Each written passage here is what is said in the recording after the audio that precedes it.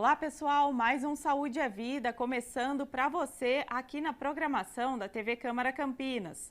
Hoje nós vamos falar sobre o câncer infanto-juvenil. Mas antes, você precisa saber que para participar do Saúde é Vida e sugerir um tema para o programa é bem fácil. É só entrar em contato pelo nosso WhatsApp. O DDD é o 19, o número é o 978293776. Vai aparecer aí na sua tela também um QR Code para você acessar pelo celular. No Brasil, o câncer já representa a primeira causa de morte por doença entre crianças e adolescentes de 1 a 19 anos. Mas, se é diagnosticado precocemente e tratado em centros especializados, cerca de 80% das crianças e adolescentes podem ser curados. Para falar sobre esse tema, a convidada do programa de hoje é a Camila Maia, oncologista pediátrica do Centro Boldrini. Camila, muito obrigada pela sua participação aqui no Saúde é Vida. Obrigada pelo convite. Doutora, para a gente começar, acho importante explicar para quem está acompanhando, quem está em casa, o que é o câncer infanto-juvenil? Bom, o câncer decorre de uma proliferação desordenada de células, né, que sofreram uma mutação ao longo da sua divisão celular e que elas têm um crescimento muito desenfreado, desordenado em relação às outras células do corpo. Embora a gente tenha um sistema de vigília, de controle das células que são feitas de forma errônea, muitas vezes esse sistema de vigília ele é falho, né? Ou o sistema de produção de células tumorais ele acaba sendo exacerbado e a doença acaba evoluindo e não sendo controlada pelo corpo do indivíduo.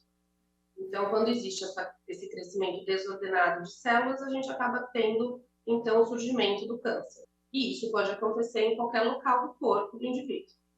Doutora, no caso das crianças e adolescentes, esse câncer, ele atinge células específicas? Não, o que nós temos é que a linhagem celular do tumor da criança e do adolescente diferem, na sua maioria, da linhagem do câncer do adulto, né? Então, são células, vamos dizer, mais primitivas, células da formação do indivíduo. Essa é a grande diferença em relação aos tumores dos adultos para as crianças e adolescentes. Qual que é a faixa etária, doutora Camila, mais suscetível à doença? De uma forma geral, a gente tem o favorecimento do câncer de uma forma homogênea na criança e no adolescente. O que difere é o tipo de doença que habitualmente acontece nas diferentes faixas etárias. Então, até os 12 anos, a gente pode inferir que a leucemia e os tumores cerebrais são as doenças mais prevalentes, né? Na faixa do adolescente, a gente pensa principalmente nos linfomas, né? Também pode, obviamente, leucemias, linfomas, tumor cerebral, mas em relação à faixa etária mais jovem, a leucemia é a doença mais predominante. E nos adolescentes e adultos jovens já começa a ter preferência pelos linfomas e depois tumores de linhagem muscular, óssea e tudo mais. Você comentou agora um pouquinho, né, sobre esses principais tipos de câncer que acometem crianças e adolescentes. Quais seriam os principais sinais de alerta, sintomas, para que os pais possam ficar atentos? O sintoma do câncer na infância, ele decorre da topografia onde a lesão se instala, né? Então, quando a gente fala, por exemplo, da leucemia, nós estamos falando de uma substituição da medula óssea normal por um tecido doente, né? Que é a leucemia. Então, os sintomas vão decorrer dessa substituição. Então, nós vamos ter palidez, sangramento, seja cutâneo, ou seja de mucosa, pode haver um quadro de infecção recorrente, né?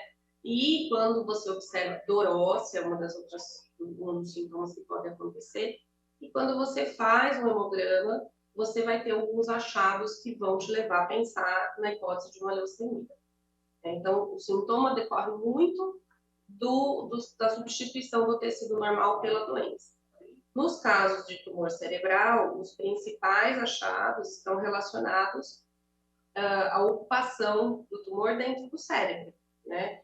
Então, podemos ter sinais como cefaleia recorrente, né? Não é exclusivo, mas existe uma tendência a ser uma dor de cabeça que acorda pela manhã, no caso, às vezes até durante a madrugada.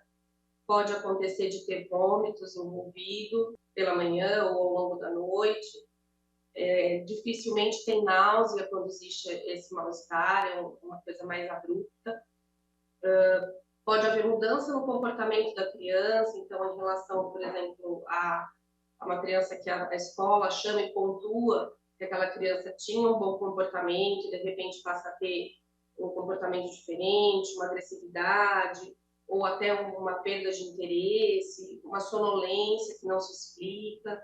Então, assim, a mudança do indivíduo como um todo, que pode ser percebido pela família e muitas vezes por pessoas que estão envolvidas no cuidado, né? Cuidadores, ou avós, ou professor durante a atividade escolar, que acabam observando esses sintomas.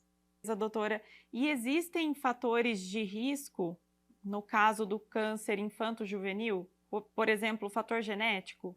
Sim, a gente espera que exista, numa minoria dos casos, uma predisposição genética do indivíduo familiar, né, para o câncer. Acaba sendo em torno de 10 a 15% dos casos que tem uma predisposição genética. A grande maioria do acontecimento do câncer na infância e adolescência não tem essa relação familiar.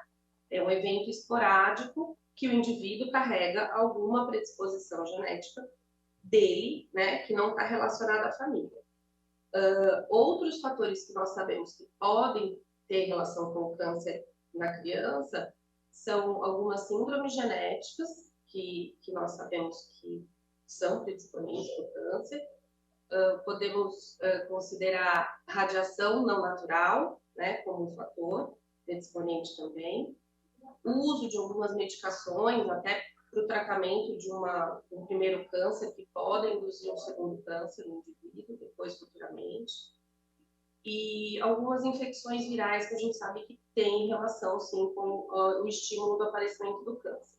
Mas diferente do tumor do adulto, não existe prevenção em relação ao câncer, né, como tabagismo, etilismo, infecção por vírus de hepatite ou situações como essa. E isso torna o diagnóstico mais complicado, doutora? O fato de não ter essa prevenção? Como que é feito essa parte do diagnóstico?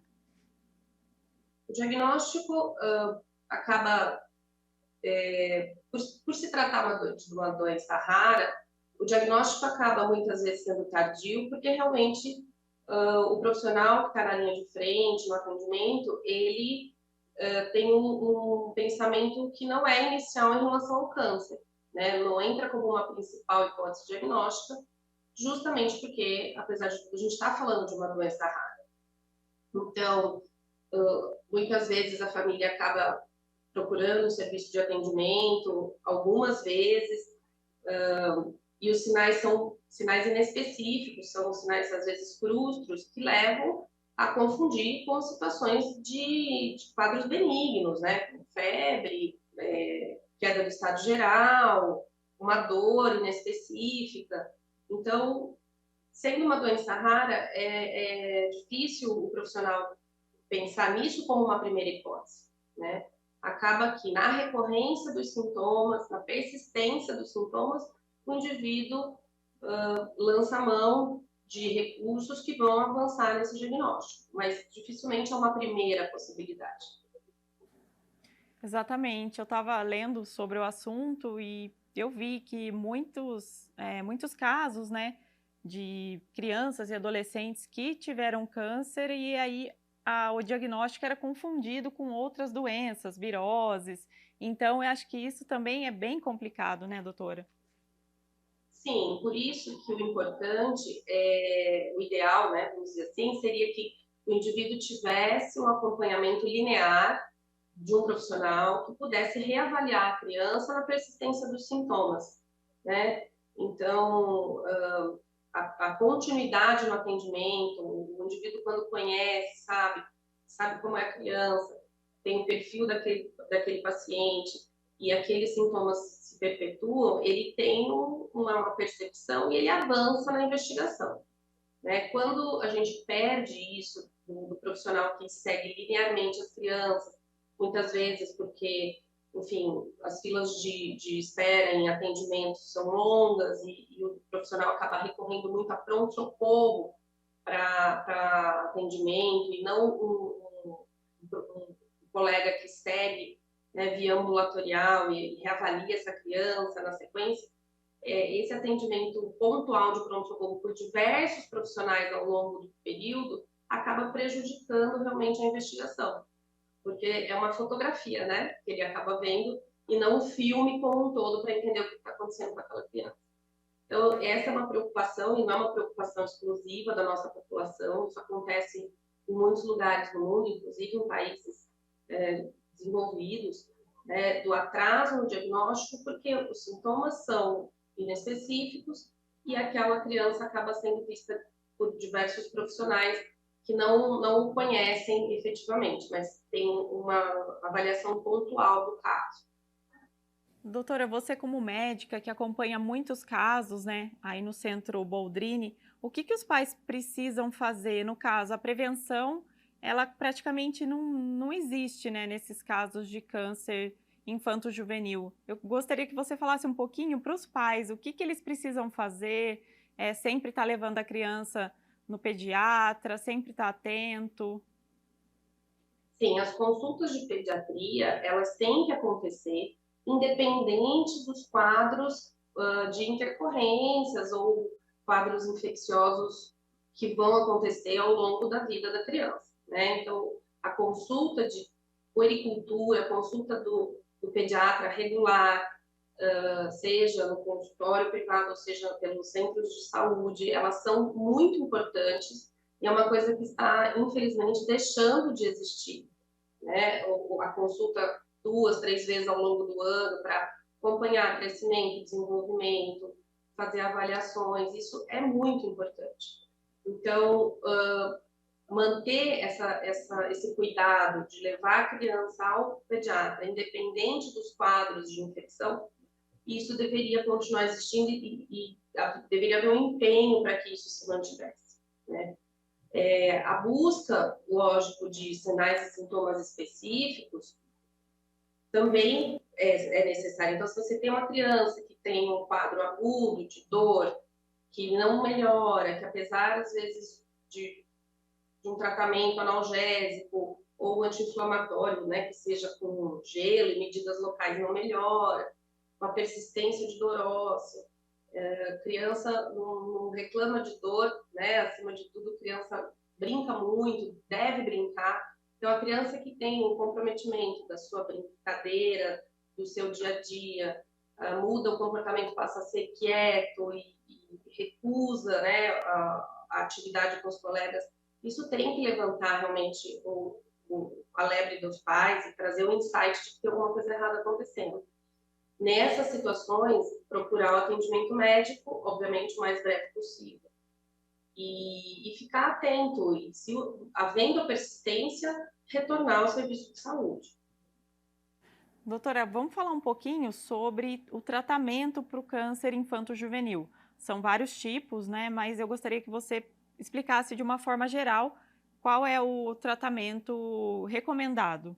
Cada doença dentro da oncologia pediátrica ele tem um tratamento elencado, né, como sendo o mais adequado de acordo com a patologia da criança. Então, não é uma fórmula igual para todas as doenças, né? Existem doenças que se beneficiam, por exemplo, só de quimioterapia, outras são necessários tratamento com quimioterapia, radioterapia, cirurgia, né, no início, no meio ou final do tratamento. Hoje em dia, a gente tem algumas doenças que foram beneficiadas com o uso da imunoterapia também, que é uma novidade aí que veio surgindo nos últimos 25 anos, pelo menos. Então, é um tratamento multidisciplinar e que envolve várias modalidades também, né, multimodal.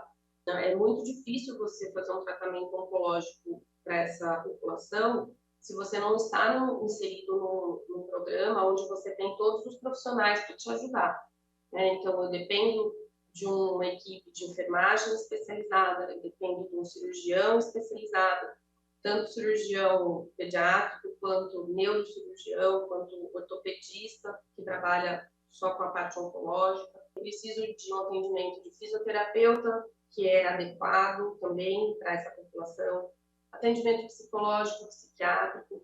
Então, fazer oncologia pediátrica, né, sem esse suporte, uma terapia intensiva que esteja bem preparada para receber as intercorrências, que são intercorrências graves que os pacientes podem experimentar. Então, isso dificulta muito a ação de um bom serviço de oncologia pediátrica. Então, hoje a gente busca, até junto ao Ministério da Saúde, uma normatização para que os serviços estejam realmente bem adaptados e bem coesos com todas essas possibilidades e ofertem toda essa equipe de tratamento para o indivíduo ser tratado de uma forma global e adequada. Doutora, além da criança, né, eu acho que é um momento que a família também precisa ser acolhida quando chega um diagnóstico de câncer, seja para uma criança ou um adolescente. Como que isso é feito dentro dos hospitais? Como que é dada essa notícia, esse acolhimento também depois da notícia? O tratamento, ele realmente é feito, obviamente, direcionado para a criança, mas eu dependo do envolvimento familiar, de uma certa forma, de até muitos membros da família, porque é uma mudança de rotina muito grande dentro daquela casa, dentro daquela família, né? Muitas vezes, inclusive, nós recebemos crianças e familiares que vêm de outros estados e acabam ficando um período longo fora dos seus domicílios, muitos deles não voltam por um tempo bastante prolongado. Então, assim, a dinâmica familiar muda bastante. Realmente não é fácil. Por isso que a gente conta com as casas de apoio aqui na nossa região, que brilhantemente acolhem essas famílias e dão para eles todo o suporte que precisam. Da mesma forma, dentro do serviço hospitalar, a gente tem um acolhimento por parte da psicologia, não só para as crianças, mas para os familiares que também precisam desse processo. Procuramos que todos estejam integrados e envolvidos, de forma que haja um mínimo, né, prejuízo dentro daquela família. Mas é inocência da nossa parte pensar que isso não vai acontecer. Né? Muitas vezes são irmãos que ficam longe dos pais, do próprio paciente, e sentem saudade e acabam, né, tendo aí uma distância importante. A hospitalização, por muitas vezes, que a criança interna, depois sai, e existe uma demanda desses pais, avós, estarem fora do domicílio, né? Muitas vezes eles interrompem o período escolar, que é uma coisa preocupante também. A gente, com a equipe da pedagogia do hospital, nós procuramos que eles possam manter a dinâmica de escola em dia, né? Que as escolas possam encaminhar as tarefas para que isso continue sendo realizado dentro de casa e que as crianças não tenham grandes prejuízos ao longo do tratamento, mas muitas vezes, por intercorrências, por hospitalização, às vezes em terapia intensiva, por cirurgias e tudo mais, eles acabam não conseguindo concluir aquele ano junto com os colegas. E aí acaba tendo aí uma questão do prejuízo escolar que também não é incomum de acontecer, né? Nosso esforço é para que isso seja o mínimo possível, que esse sofrimento seja mínimo, mas, infelizmente, sim, ocorre uma mudança familiar e social, muitas vezes, onde um dos pais tem que deixar de trabalhar para poder estar cuidando daquela criança. Ainda hoje nós não temos um programa de suporte que permita o afastamento dos pais pelo INSS, por exemplo, que eles possam estar no acolhimento do BPC e tal, para essa criança, para essa família continuar tendo a renda e alguém está cuidando, né? Então, isso é uma questão bastante importante, porque às vezes a parte financeira da família fica bastante comprometida também. Com certeza, como você disse, é uma mudança bem drástica, né, para todo mundo da família, para todos os envolvidos.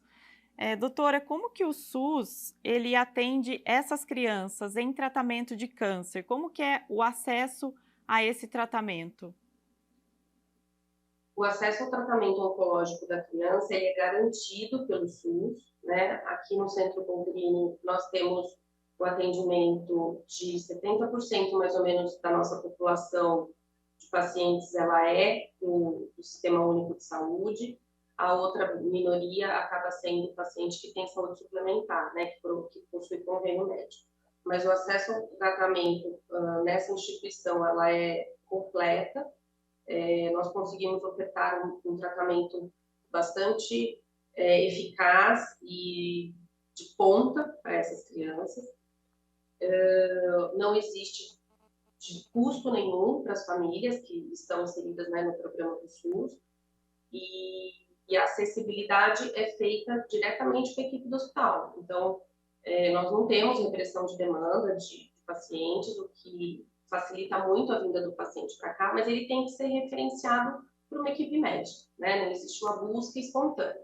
Então, a partir do momento que o colega pensa no diagnóstico de câncer, ele faz o contato com o hospital e aí a gente avalia a vinda da criança ou do adolescente para cá.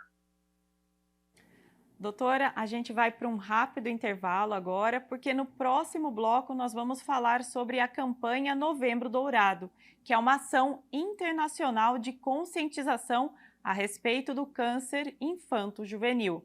Nós já voltamos.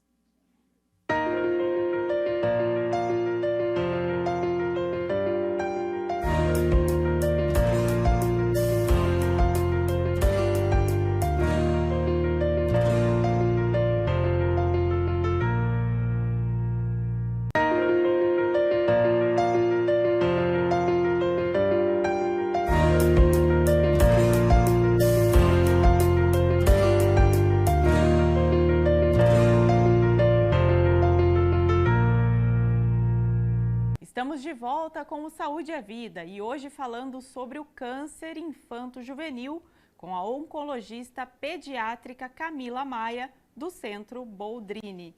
Camila, estamos de volta aqui nesse segundo bloco, né, falando sobre esse tema tão importante.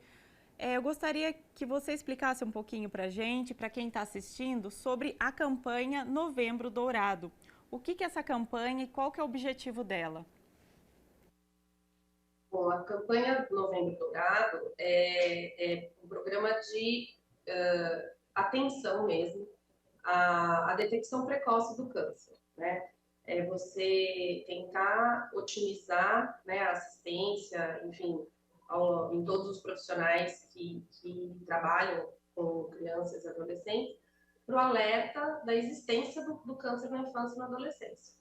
Eu acho que esse é o objetivo mais importante, é lembrar que a doença existe e que ela pode acontecer em qualquer faixa etária, que eu acho que isso é muito importante se lembrar, e que na suspeita do diagnóstico você tem que referenciar essa criança para um centro de especialidades. Doutora, e qual que é a importância dessas campanhas? A gente está exatamente em novembro, né? Qual que é a importância dessas campanhas, dessas ações, de trazer esses assuntos para a população? Então, a importância é justamente, né, lembrar a população, tanto a população geral, quanto os profissionais envolvidos no cuidado da criança e do adolescente, de que a criança e o jovem, adulto jovem, ele pode sim ser acometido pelo câncer. Não difere, embora haja diferenças em relação ao tumor do adulto, mas é uma doença que pode acometer a população mais jovem.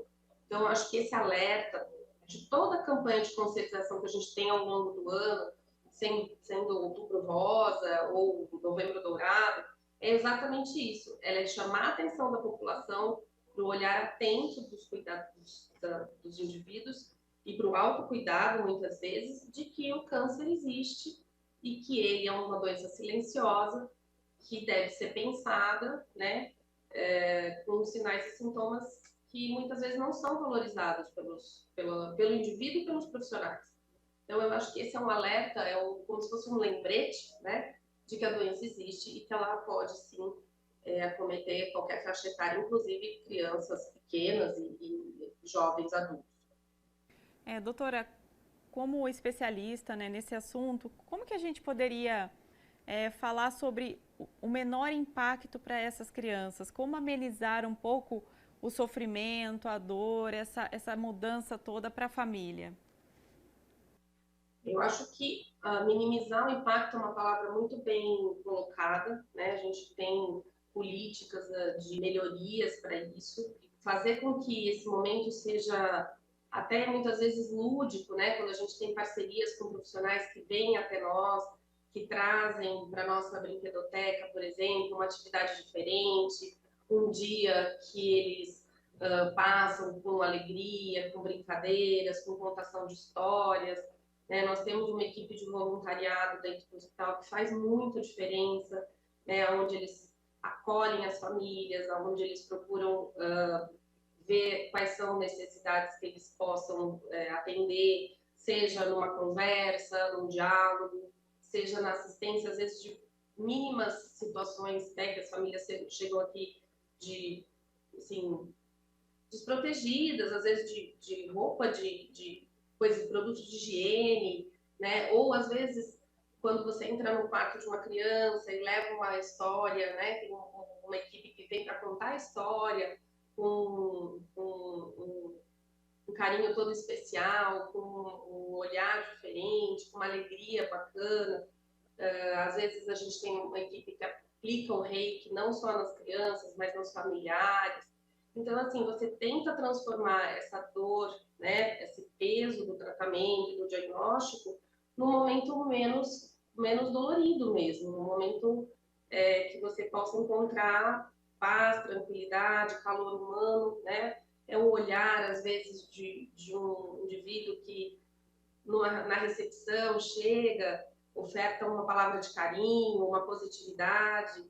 Então, é um ambiente onde as pessoas chegam com muito receio, mas todas elas, eu acho que encontram uma receptividade tão grande que acabam passando pelo processo de uma forma menos dolorosa. Então, a presença do voluntariado dentro do serviço e dos profissionais que atendem na brinquedoteca, que levam para as crianças da internação um momento de carinho, isso faz muita diferença. Vocês conseguem perceber essa mudança de comportamento da criança e até mesmo da família, de quem está acompanhando, a partir do momento que eles passam a ter mais contato com esses momentos lúdicos?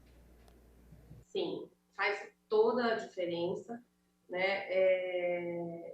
Inclusive quando você atende um paciente já curado, né? Porque a gente tem uma população enorme de pacientes curados dentro do hospital ao longo desses 45 anos.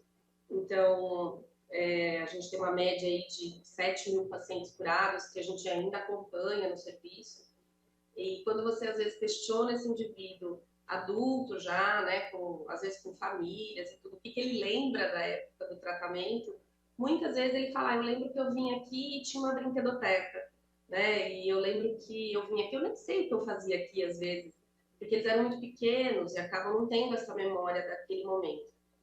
Mas isso fica, né, o brincar, o vir aqui e ter esse momento de distração, acaba marcando bastante, de uma forma bem importante, na memória desses pacientes.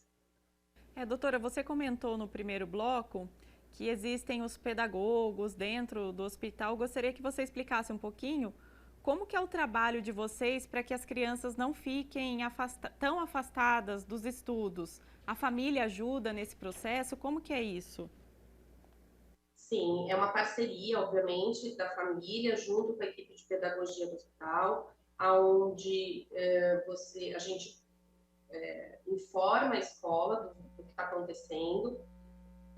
As crianças que podem continuar frequentando a escola, muitas vezes com períodos períodos de ausência também é feita essa tratativa com a escola, de que haverá momentos em que ele poderá ir para a escola e outros momentos que não.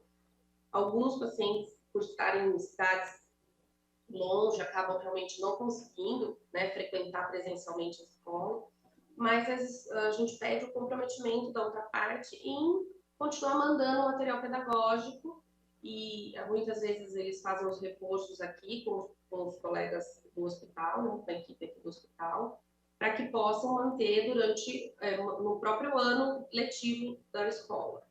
Então, agora, por exemplo, os nossos adolescentes que estão aí fazendo o Enem vai ter a prova e muitos deles farão aqui no hospital, então não vai deixar de fazer a prova, né? Muito pelo contrário, fará no ambiente hospitalar, mas será feito. Então, essa parceria do hospital com o ambiente escolar também propicia uma normalidade, né? Para que o indivíduo tenha um pouco de normalidade dentro da sua rotina.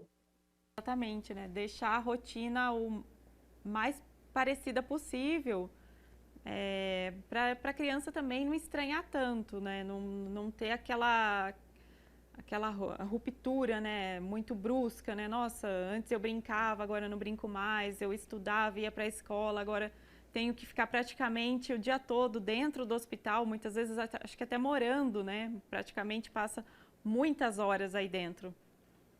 A gente tem que cuidar do adoecimento do corpo, mas a gente não pode deixar, né, ou minimizar, pelo menos, o adoecimento da alma também, nesse sentido, onde a gente pode tentar que o dia a dia, né, seja com uma normalização, com hábitos que a criança executava até então, e a gente pontua isso muito para os pais, porque existe, óbvio, uma tendência de superproteção, é natural que você queira, né, deixar a criança, às vezes, até isolada e não frequentar lugares e tudo mais, e a gente pondera momentos em que isso pode acontecer, momentos em que há necessidade, efetivamente, de uma reclusão, assim, pelo menos parcial, mas a gente procura trabalhar com as famílias isso, que há momentos em que dá para se ter uma normalidade e momentos onde isso vai ficar um pouco diferente, mas que a gente evita realmente tirar a criança da sua completa rotina. Óbvio que existem situações, né, de exceção, mas a grande maioria dos pacientes a gente tenta manter sim uma rotina mínima, pelo menos, para que eles não adoeçam em outros aspectos. Doutora, eu gostaria que você comentasse um pouquinho aqui para a gente como que é o preparo dos profissionais para receber essas crianças e esses adolescentes. Com 45 anos de história, o hospital tem uma população de profissionais que eu posso dizer que são pouco flutuantes, né? Assim, principalmente na parte de recepção, atendimento psicológico, fisioterapeutas, equipe médica. Então, assim, são pessoas que, ao longo desse período, construíram junto com a instituição e aprenderam a receber e acolher e pontuar quais são os grandes problemas diante desse diagnóstico.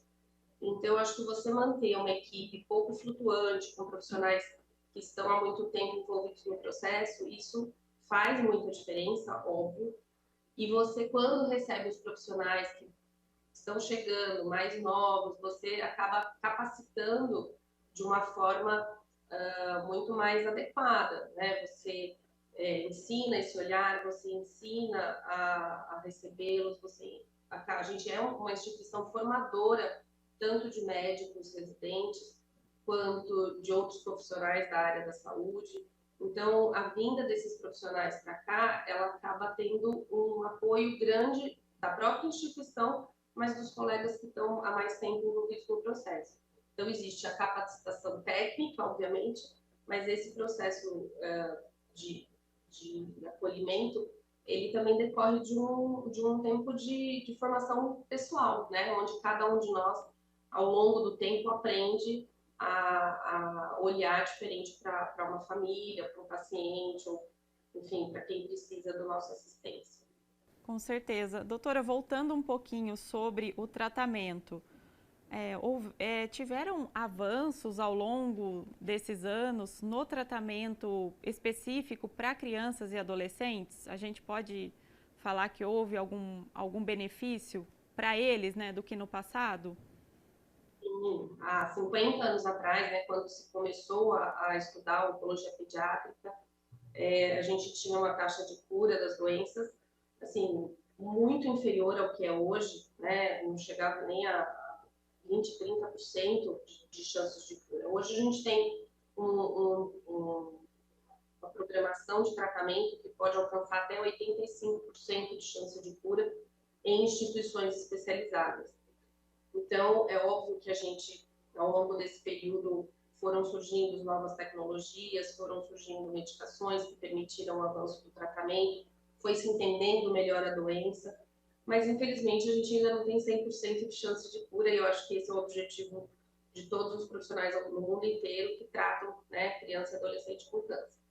Mas, de qualquer forma, sim, foi um período onde a gente conseguiu trazer um ganho, trazer uma sobrevida e trazer um tratamento que favorece aí a grande maioria dos pacientes a se curarem. E isso é muito expressivo, né? Então, a nossa luta é para que todas as instituições que tratam câncer possam ofertar essa mesma possibilidade de cura, né? E não dividir isso de forma onde os tratamentos às vezes sejam incompletos, né? A fragmentação do tratamento às vezes acaba prejudicando a chance do paciente se curar. Então, que todos possam juntar e trabalhar pelo mesmo esforço, isso faz muita diferença.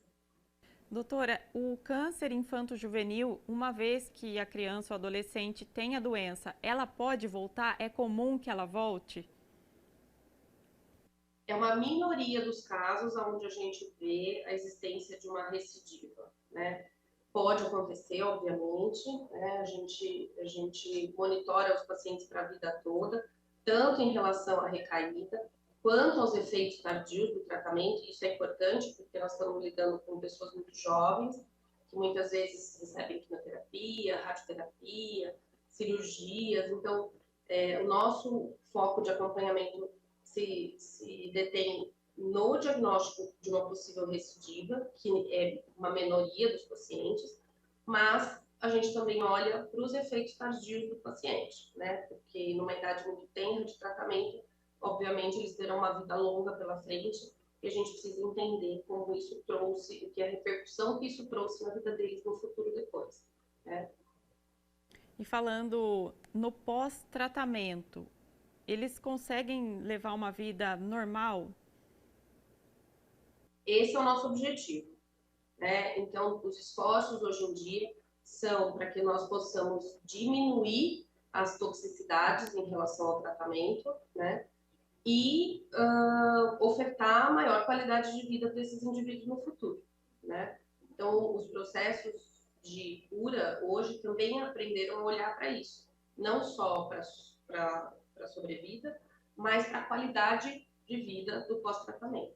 Então, as pesquisas hoje em dia, e o nosso centro de pesquisa é uma instituição que caminha muito, muito próximo da gente em relação a isso, é para que a gente possa direcionar o tratamento do indivíduo de uma forma mais individualizada, né, para a doença, com menos comorbidades e menos toxicidades. Esse é o nosso ótimo, né, aquilo que a gente busca, aquilo que a gente deseja. Um tratamento mais individualizado, personalizado, de acordo com aquela doença, e isso só é feito através de pesquisa, não tem outra forma de fazer isso, e com menos toxicidade, tanto aguda, né, durante o tratamento, quanto a longo prazo. Então, esse é o nosso objetivo, uma vida normal para os indivíduos na sua totalidade. E nesses casos que vocês acompanham por bastante tempo, as famílias, as crianças e os adolescentes, eles precisam tomar cuidados específicos após o tratamento? Como que isso é trabalhado com vocês?